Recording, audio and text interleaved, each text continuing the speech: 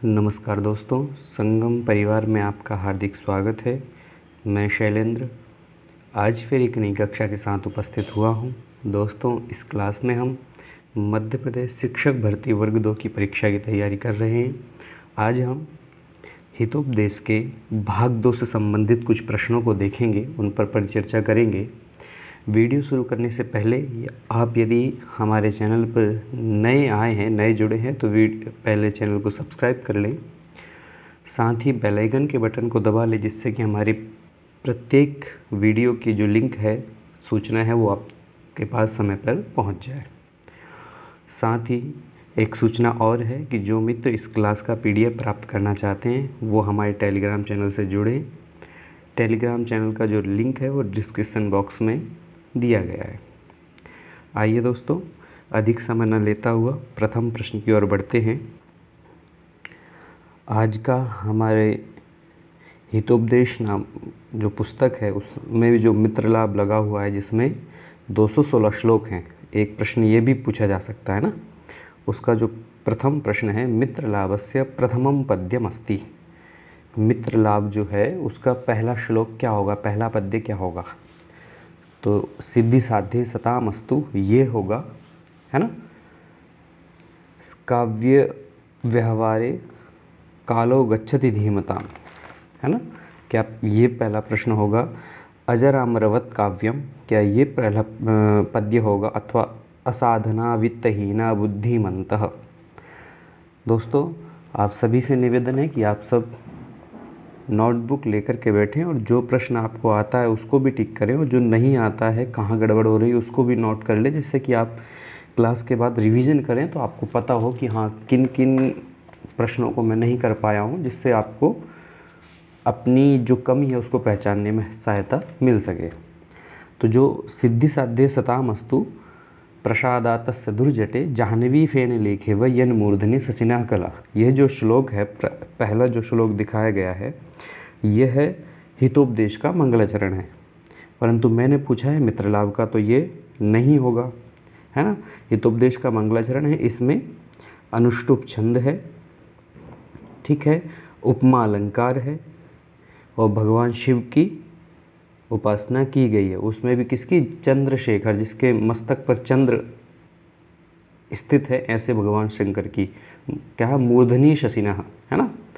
चलिए, इसके बाद काव्य व्यवहारे कालो गच्छति धीमताम, काव्य शास्त्र विनोदेन, इस प्रकार का जो श्लोक है। दूसरा अजरामरवत काव्यम, यह भी हितोपदेश का ही श्लोक है, परंतु पहला मित्र लाभ का पहला श्लोक नहीं है। किसी को इस श्लोक में डाउट हो सकता है कि ये होगा, क्योंकि जब हम मित्र लाभ पढ़ते हैं तो पहला यही श्लोक आता है, काव्य शास्त्र विनोदेन, है ना। परंतु दोस्तों, पहला श्लोक वो नहीं है, ठीक है। पहला जो श्लोक है, पहला श्लोक हमारा असाधना वित्तहीना बुद्धिमन्तः। अब देखिए कैसे है, उसको हम, मुझे लगता है कि लगभग सबको इस प्रश्न पर डाउट होगा कि इस प्रश्न का सही आंसर ये होना चाहिए, परंतु ऐसा नहीं है। उस कैसे, देखिए, ये हितोपदेश का जहाँ मित्र लाभ प्रारंभ होता है, वहाँ का स्क्रीनशॉट है, जो मैं एक पुस्तक से लिया गया है, और इस पुस्तक में आप पढ़ेंगे तो समझ जाएंगे। देखिए यहाँ क्या लिखा है, तद्भवताम विनोदाय काककुर्मादीनाम विचित्राम कथाम कथयामि, है ना। तद्भवताम, तो आपके लिए, विनोदाय, आपके विनोद के लिए, है ना। काककुर्मादीनाम, काक और कुर्म इत्यादि की जो विचित्राम कथाम, विचित्र कथा को मैं कथयामि, कहता हूँ, ऐसा विष्णु शर्मा बोलते हैं। राजपुत्र एक उत्तम, राजपुत्रों में से बोला आर्य, कथ्यताम, कहिए, विष्णु शर्मोपाज, विष्णु शर्मा बोलना शुरू करते हैं और कहते हैं, शृणुतः, सुनिए, कैसे, संप्रति मित्र लाभ प्रस्तुयते, अब मैं मित्र लाभ को प्रस्तुत करता हूँ, बताता हूँ, कहता हूँ। इसके बाद क्या बोलता है, यस्य अयम आद्यः श्लोक, जिसका पहला श्लोक क्या है, फिर असाधना वित्तहीना बुद्धिमन्ता सुहृत्तमा साधयन्त्यासु कार्याणि काककुर्म मृगा मृगाकुवत, काक यानी कौआ, कुर्म यानी कछुआ, मृग यानी हिरण, और आकु यानी चूहे के समान, ठीक है। ये चारों की वो कथा बोलता है। तो ये प्रमाण स्वरूप आप लोगों के लिए है। यदि इस प्रकार का प्रश्न आ गया तो आप गलती ना करें, क्योंकि आप सबने यही सबसे पहले पढ़ा है, तो आप ये वाला श्लोक टच ना कर दें या उत्तर ना दे दें, इसलिए आपको ये बताया गया है। ठीक है, क्योंकि यहाँ पर नारायण पंडित खुद लिखते हैं और बताते हैं, विष्णु शर्मा बोलते हैं, विष्णु शर्मोवाच शृणुतः सम्प्रति मित्रलाभः प्रस्तूयते यस्य अयम आद्यः श्लोकः, आदि श्लोक यानी पहला श्लोक यही है। ठीक है, चलिए अगले प्रश्न की ओर बढ़ते हैं। शाल्मली वृक्ष कस्याः तटे आसीत्, जो शाल्मली वृक्ष है वो किस नदी के तट पर है? क्या भागीरथी के तट पर है, या गंडकी नदी के तट पर है, या मालिनी नदी के तट पर, या गोदावरी के तट पर है?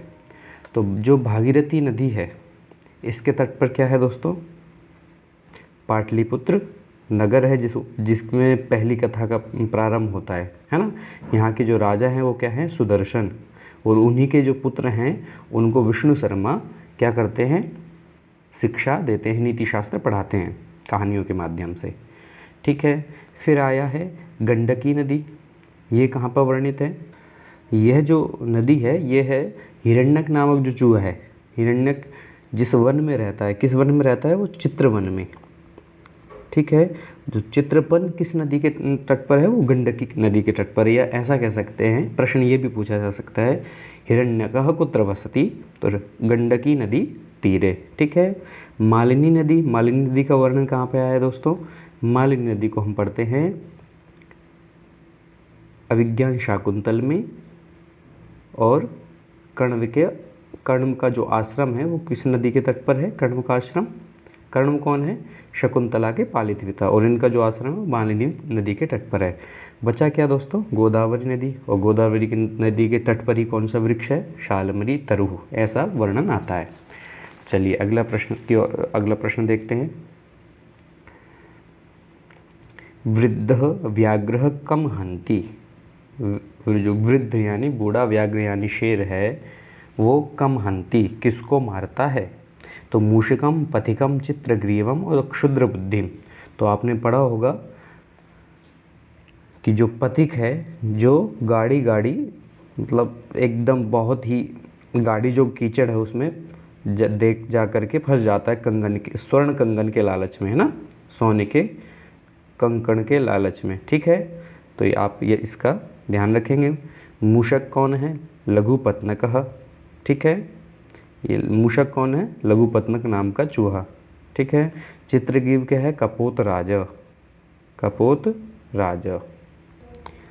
और दोस्तों एक प्रश्न आप लोगों के लिए, ये क्षुद्र बुद्धि नाम का जो पात्र है वो कौन है और किस कथा में वर्णित है? ठीक है, इसमें मित्रलाभ में टोटल 5 कथाएं हैं, है ना। कितनी कथाएं? 5। उनमें क्षुद्र बुद्धि किस कथा का पात्र है ये आप लोग बताएंगे।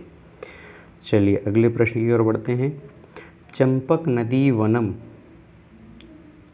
वती वनम वर्तते, जो चंपकवती नाम का वन है वो वर्तते कहाँ है? कलिंग देशे, पाटलिपुत्र नगरे, वत्स राज्ये, या कौशाम्बी जनपदे। ठीक है, तो दोस्तों ये जो चंपकवती वन है ये कहाँ पर वर्णित है? तो दोस्तों यह जो चंपकवती वन है ये कहाँ पर है? कलिंग देशे। ठीक है, कलिंग देश वर्तमान में उड़ीसा। ठीक है, पाटलिपुत्र ये मगध देश में आता है। ठीक है, वत्स राज्य ये किसका है? राजा उदयन। उदयन का हमने कुछ पीछे जो कक्षाएं स्वप्नवास दत्तम की पढ़ी हैं उनमें आए, उदयन कहाँ के राजा हैं? वत्स राज्य, है ना। चलिए अगले प्रश्न की ओर बढ़ते हैं। जो कौशाम्बी उनकी राजधानी है। एतेषु कस्य वर्णनम हितोपदेशे नास्ति, ये जो नीचे लिखे गए हैं क्या है? अच्छोद सरोवर है, गृध पर्वत है, कर्पूर सरोवर है, चंद्रभागा नद्यः। तो दोस्तों अच्छोद सरोवर का जो वर्णन है इन्होंने पूछा है एतेषु, इनमें कस्य वर्णनम हितोपदेशे नास्ति, नहीं है। तो अच्छोद सरोवर का जो वर्णन है वो है कादम्बरी में। ठीक है, और सभी का वर्णन हितोपदेश में प्राप्त होता है और मित्रलाभ में प्राप्त होता है। ठीक है, चलिए अगले प्रश्न की ओर बढ़ते हैं। मित्रलाभे कथी कथाः सन्ति, यह प्रश्न में भी उत्तर बता चुका हूँ। इसमें टोटल 5 कथाएं वर्णित हैं, जिनमें पहली किसकी है? काक कुर्मादि नाम, जिसमें 4 लोग हैं, काक, कुर्म, मृग और आखू यानी चूहा, मूषक। ठीक है, चलिए अगले आगे बढ़ते हैं। चित्रांगः अस्ति। चित्रांगः कौन है? क्या ये सिंह है, विडाल है, गीध है या वायसः? तो इस प्रश्न का उत्तर है दोस्तों गीधः। ठीक है, चित्रांगः गीधः अस्ति। चलिए अगले प्रश्न की ओर बढ़ते हैं। धीमताम कालो कुत्र गच्छति। जो बुद्धिमान व्यक्ति हैं इनका काल कहाँ जाता है? क्या वार्तालाप में जाता है, शयन में जाता है, कलह में जाता है या शास्त्र विनोद में? तो आपने मित्र लाभ में जो पहले श्लोक वर्णन किया गया है, काव्य शास्त्र विनोदेन कालो गच्छति धीमताम, तो उससे यह प्रश्न पूछा गया है कि शास्त्र विनोदे। ठीक है, चलिए अगले प्रश्न की ओर बढ़ते हैं। शकल नीति शास्त्र तत्वज्ञो बृहस्पतिरिव अब्रवीत अत्र बृहस्पति कः? शकल नीति शास्त्र तत्वज्ञो बृहस्पतिरिति अब्रवीत अत्र बृहस्पति कः? तो क्या ब्रह्मा है, नारायण है, गुणाढ्य है या विष्णु शर्मा है? ब्रह्मा अर्थात परमपिता परमात्मा है ना, ब्रह्मा जी जिनको हम बोलते हैं। नारायण पंडित हैं। गुणाढ्य इन्होंने क्या लिखा है? बृहत कथा नामक जो ग्रंथ लिखा है, क्या वो है ना? और क्या विष्णु शर्मा। तो दोस्तों यहाँ पर जब हम नारायण पंडित को पढ़ते हैं, परंतु जब वो कथा का वर्णन करते हैं किसमें? प्रस्ताविका में, वहाँ पर आता है शकल नीति शास्त्र तत्वज्ञो बृहस्पतिरिव, बृहस्पति के समान अब्रवीत बोले। तो जब सुदर्शन बोलते हैं कि कोई मेरे राज्य में ऐसा व्यक्ति है जो मेरे पुत्रों को ज्ञानवान कर सकता है, नीति शास्त्र सिखा सकता है, तब बृहस्पति के समान कौन बोलते हैं? विष्णु शर्मा। ठीक है, तो कह बृहस्पति कह, अत्र विष्णु शर्मा। चलिए इसको आप याद रखेंगे, इससे और भी प्रश्न बन सकते हैं। गोदावरी तीरे अस्ति। तो गोदावरी के तट पर क्या है? शाल्मरी वृक्ष। ये क्षम्यता रिपीट हो गया है, पर क्या है? चित्रवन कहाँ पर है? गंडकी नदी के तट पर। पाटलिपुत्र कहाँ है? भागीरथी नदी के तट पर। ठीक है, और महेश्वरम ये नर्मदा नदी के तट पर। नर्मदा के कितने नाम है दोस्तों, एक बार बताएंगे?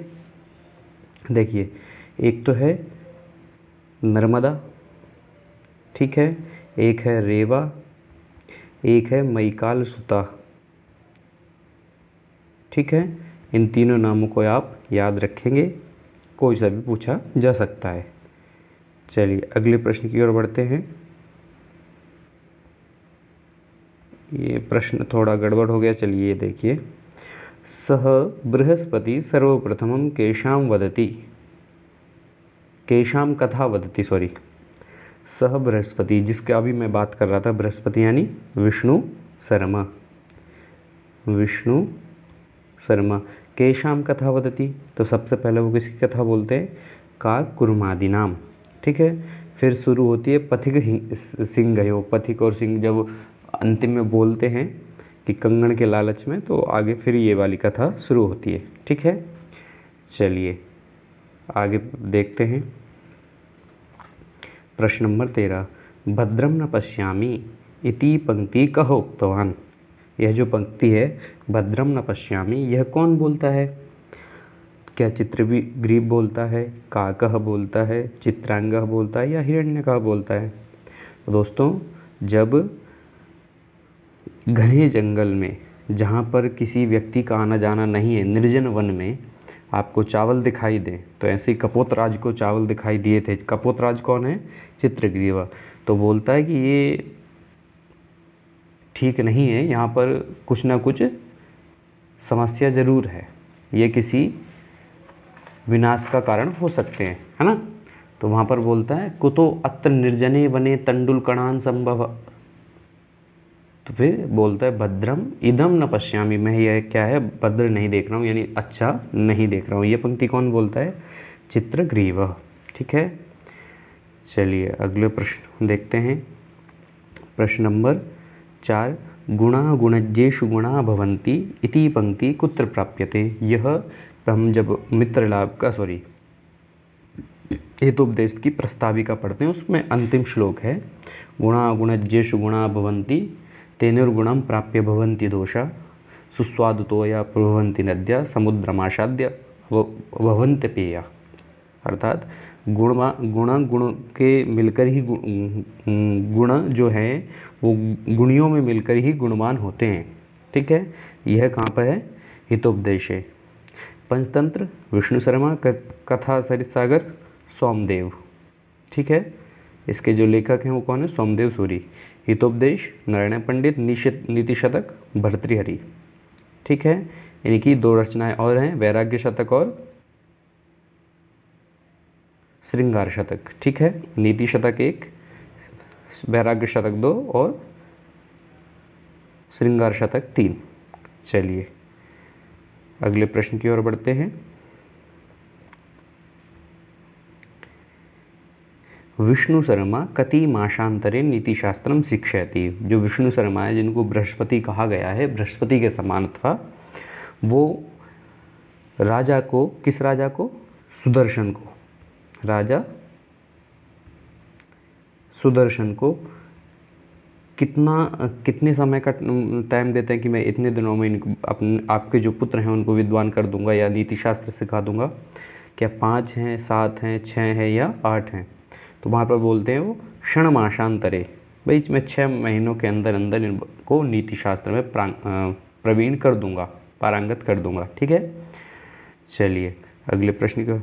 चलिए दोस्तों, आज की कक्षा में हमने 15 प्रश्नों को देखा और आशा करता हूँ आप लोगों को ये 15 प्रश्न आए होंगे। आप लोगों को कितने प्रश्न सही हुए उनको कमेंट बॉक्स में लिखें। वीडियो अच्छा लगे तो वीडियो को लाइक करें और चैनल को सब्सक्राइब कर लें, जिससे कि हमारी प्रत्येक वीडियो आप तक पहुंच जाए। बीच में कुछ दिन कक्षाएं बंद थी किसी कारण से, अब कोशिश करूंगा कि प्रतिदिन आपको कोई ना कोई एक पाठ मिले, परीक्षा तक आपकी कोई भी कक्षा डिले ना हो। और जैसा मैंने कहा था कि हम 100 प्रश्नों का एक सेट करेंगे, तो वो भी 1-2 दिन में आपको देखने को मिल जाएगा। ठीक है दोस्तों, मिलते हैं फिर एक नई कक्षा के साथ। नमो नमः, धन्यवाद।